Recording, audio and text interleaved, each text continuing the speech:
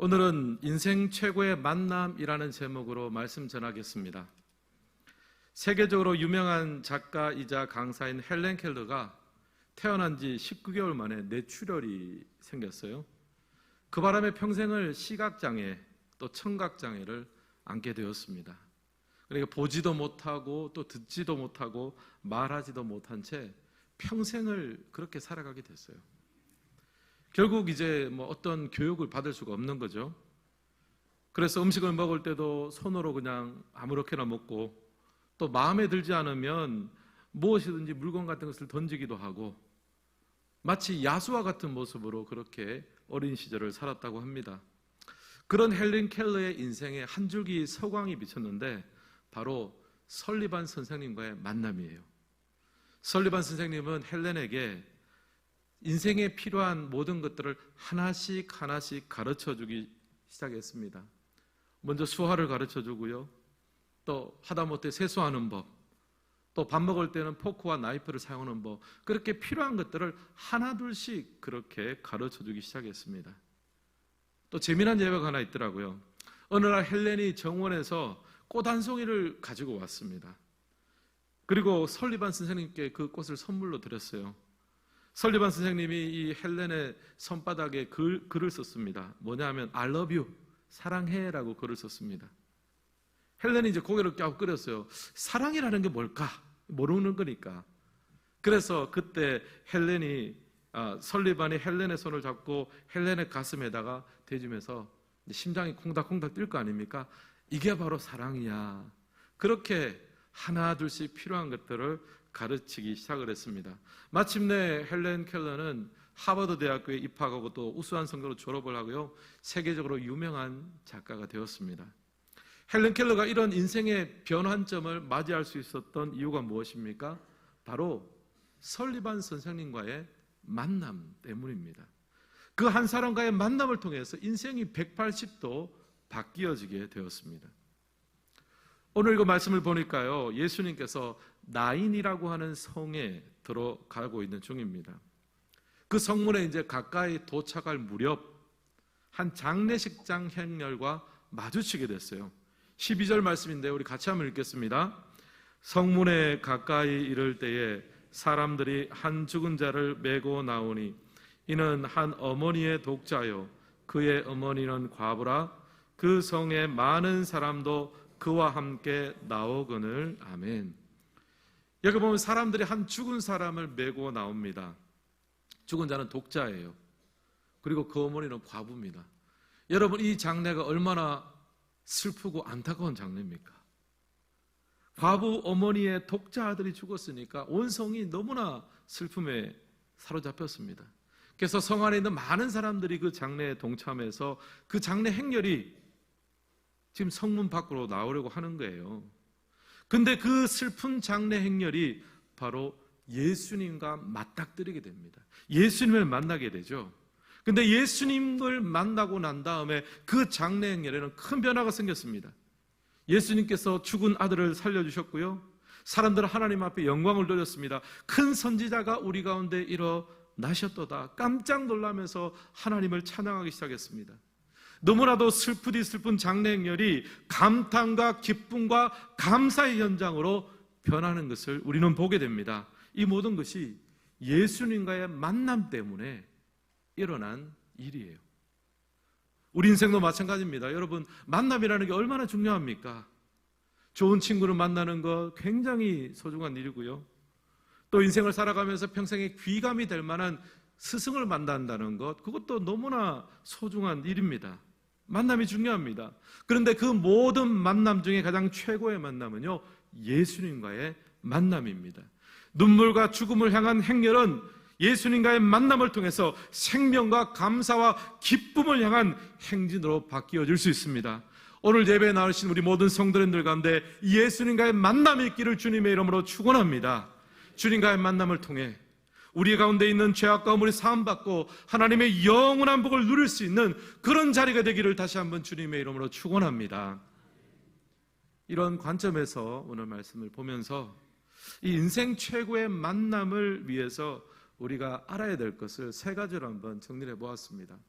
첫 번째는요, 인생 최고의 만남을 위해 알아야 될 것은 우선 인간의 만남에는 한계가 있다는 것을 우리가 알아야 합니다. 1번 함께 읽겠습니다. 인간의 만남에는 한계가 있습니다. 우리 12절 말씀 다시 한번 같이 읽습니다. 성문에 가까이 이르실 때에 사람들이 한 죽은 자를 메고 나오니 이는 한 어머니의 독자요 그의 어머니는 과부라. 그 성에 많은 사람도 그와 함께 나오거늘. 아멘. 여기 보면 한 청년이 죽었습니다. 독자입니다. 또 그의 어머니는 과부예요. 그러니까 독자들의 죽음 앞에 어머니는 너무나 상심이 되고 마음의 슬픔이 찾아왔습니다.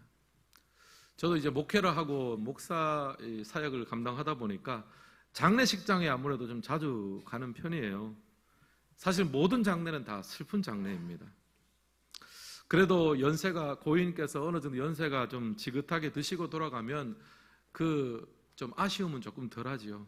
하지만 종종 장례식장 가다 보면 너무 젊은 사람이 죽은 경우를 보게 돼요. 비록 장례식장을 스쳐 지나가다 남의 장례라고 할지라도 젊은 사람이 장례를 치르는 거 보면 이게 마음이 한편이 팍팍해집니다. 앞으로 살아갈 날도 참 많은데 도대체 무슨 일 때문에, 무슨 사건 때문에 저 젊은이가 죽었을까? 보는 사람마다, 지나가는 사람마다 그런 안타까움이 있을 거예요. 바로 나인성 청년의 죽음이 그랬습니다. 그 슬픈 죽음 앞에서는요, 아무도 어떻게 할 말이 없는 거예요. 특별히 그 어머니의 어떤 슬픔이라는 것은요, 상상을 초월하는 거죠. 하지만 여러분이 어머니의 사랑을 생각해 보십시오. 세상에서 가장 높고 가장 숭고한 사랑이잖아요. 하지만 그렇게 간절한 어머니의 사랑조차도 죽은 자를 되살려낼 수는 없는 거예요. 인간의 사랑, 인간의 만남이 참 소중하고 아름답지만 한계가 분명히 존재한다는 말입니다. 또 성 안에 많은 사람들이 장례 행렬을 따라왔습니다. 죽은 청년의 친구도 아마 있었을 거고 또 선생님도 있었을 거고 친척들도 있었을 거예요. 하지만 죽음 앞에서는요, 무기력할 뿐이에요. 그냥 죽은 자의 관을 운구할 뿐입니다. 인간의 우정, 인간의 만남이라는 것이요, 이렇게 한계가 많이 있습니다. 요한복음 2장을 보면 가나 혼인잔치의 이야기가 나오는데요, 그 잔치에도 오늘 말씀과 비슷한 상황이 벌어지고 있습니다. 예수님과 그의 어머니 마리아가 한 혼인잔치에 참석을 했습니다. 근데 그 잔치에 위기가 찾아왔어요. 요한복음 2장 3절 말씀 우리 같이 한번 읽겠습니다. 포도주가 떨어진지라 예수의 어머니가 예수에게 이르되 저들에게 포도주가 없다 하니. 아멘. 지금 한창 혼인잔치가 막 벌어지고 있는 거예요. 근데 포도주가 똑 떨어졌습니다. 당시에 이 포도주가 떨어진다는 것은 그냥 음료수가 없어지는 게 아니에요. 혼주가 하객들에게 큰 신뢰를 범한 거예요. 이렇게 준비를 소홀히 해서 어떻게 하객들을 청했단 말인가, 그런 얘기를 들을 정도입니다.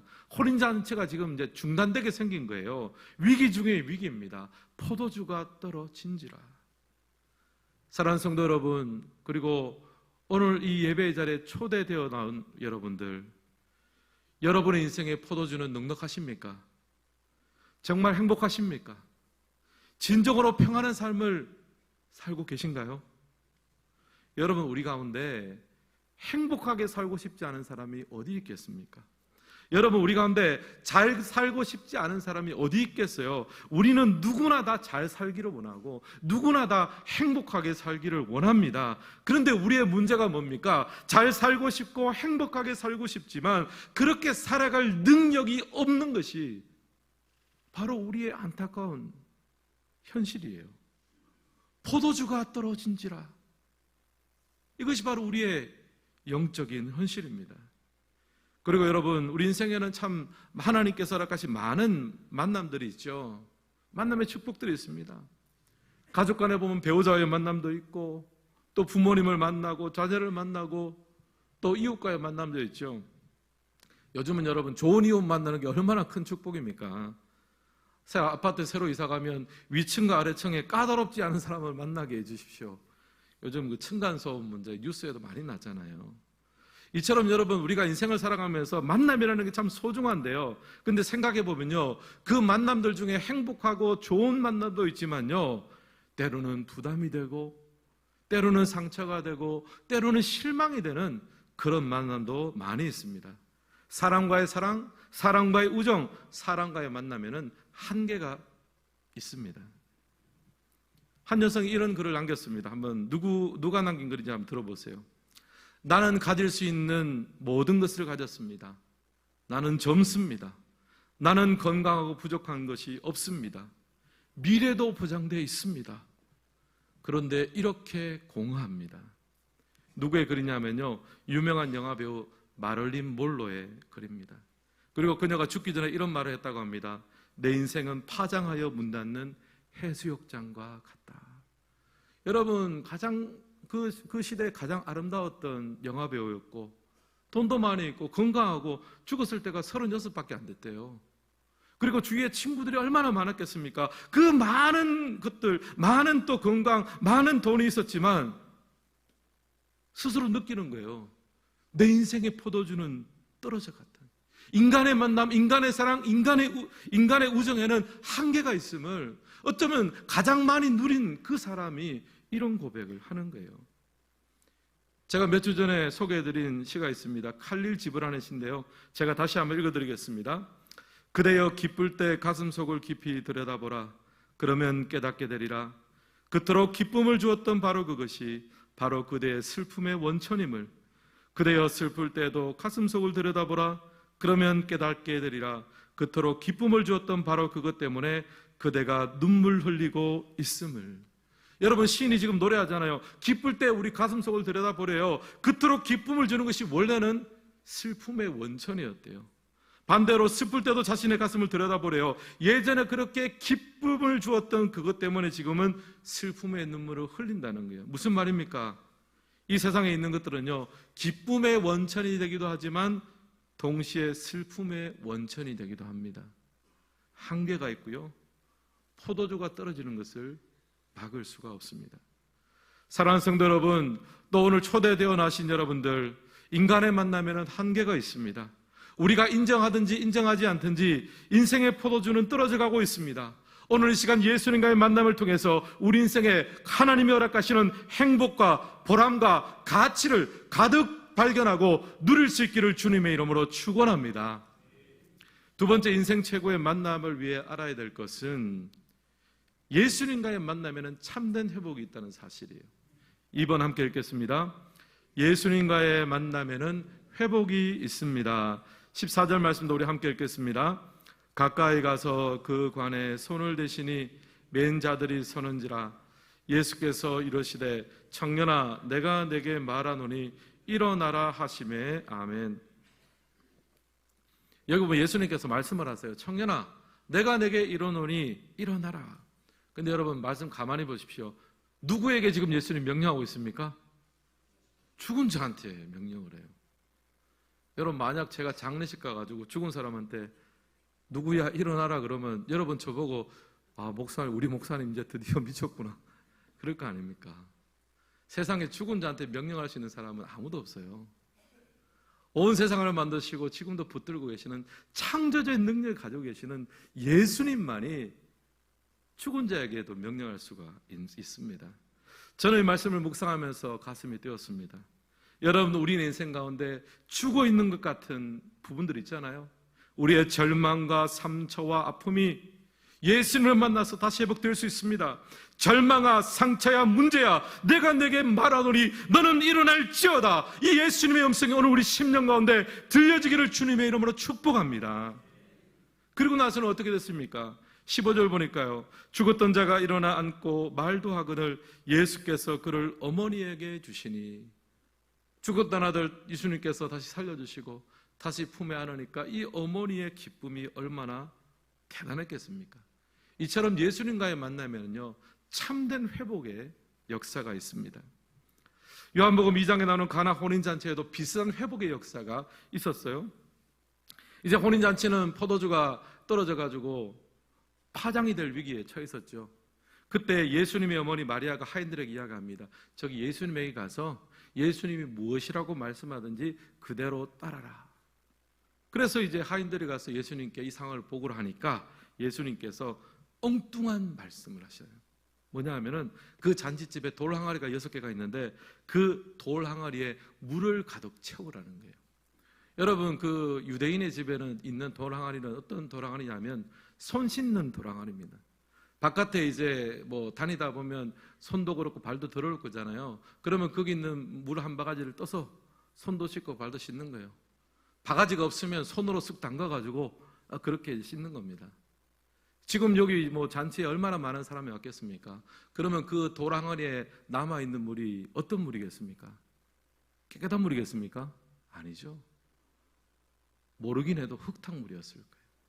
손을 씻으면서 흙도 들어가고 찌꺼기도 들어가고 그런 물이 차 있는 항아리에 가득 물을 담으라는 거예요.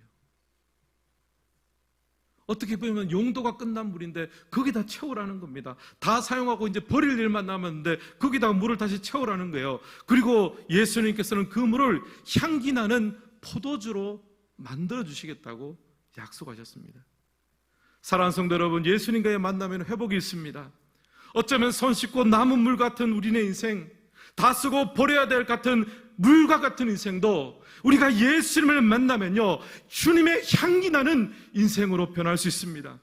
여러분, 시간이 가면 갈수록 약해지고 쇠해지고 잃어버리는 것이 인생의 법칙이잖아요. 포도주는 떨어질 수밖에 없는 거예요. 근데 주님 앞에 물이 포도주로 변할 수 있는 겁니다. 혹시 여러분 중에 나는 좀 존재감도 없고 내 인생에 참 목표도 없고 무색무취의 물과 같은 사람이다, 그렇게 생각하는 분이 있으십니까? 오늘 예수님 만나기를 주님의 이름으로 축원합니다. 예수님께서는 다 쓴 물과 같은 인생을 그리스도의 향기, 천국의 향내나는 인생으로 만들어 주실 줄을 믿습니다. 차원이 다른 삶으로 우리를 회복해 주시는 분이에요. 제가 말씀을 준비하면서 제 젊은 시절이 생각이 났습니다. 제가 지금 여기서 목사가 돼서 여러분에게 설교를 하지만 제가 20대 때 신학을 시작할 때 저는 진짜 물과 같은 사람이었어요. 성격도 내성적이고 내세울 것이 없었습니다. 내가 다른 사람을 돕는다거나 뭔가 기쁨을 준다, 내가 내 한 몸 살기도 바쁜데 내가 누구를 도와주고 누구에게 기쁨을 준다 생각해 본 적이 1%도 없어요.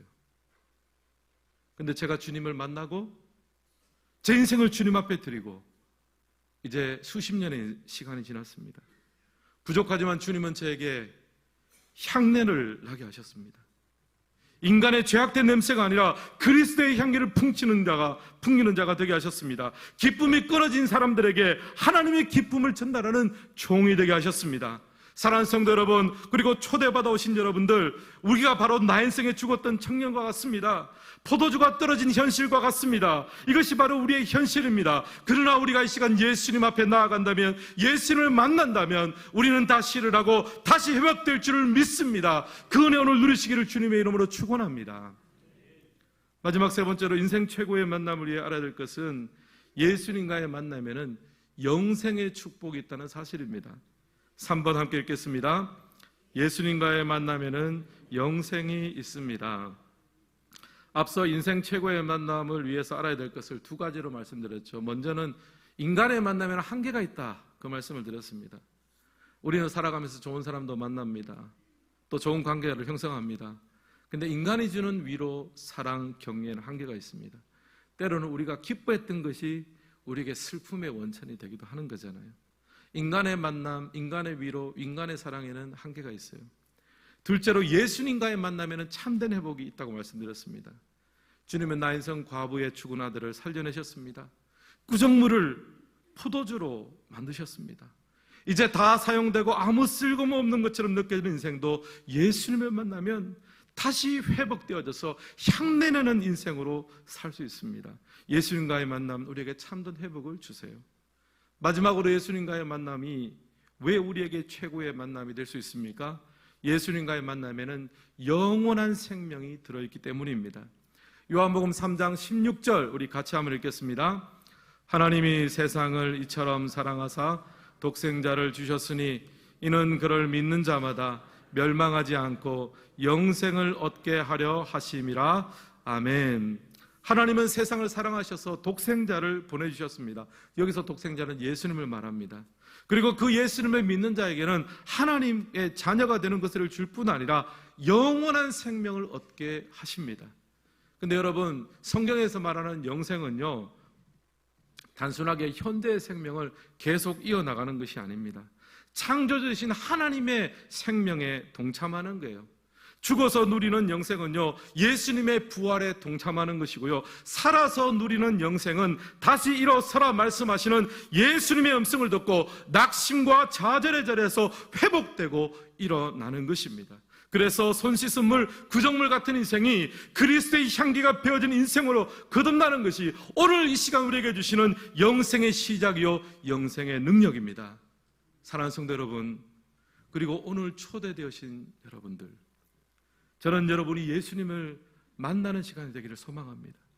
한계가 가득한 세상에서 포도주가 떨어져가는 우리의 인생 가운데 우리가 예수님을 붙들고 예수님을 믿는다면 이 장래 행렬에서 빠져나올 수 있습니다. 파장된 잔치가 아니라 천국의 새로운 잔치가 오늘 이 시간 우리의 삶에서부터 새롭게 시작될 줄을 믿습니다. 그러므로 예수님 믿고 회복하며 다시 일어서 하나님을 찬양하는 복된 삶을 사는 우리 모든 성도님들 되시기를 주님의 이름으로 축원합니다.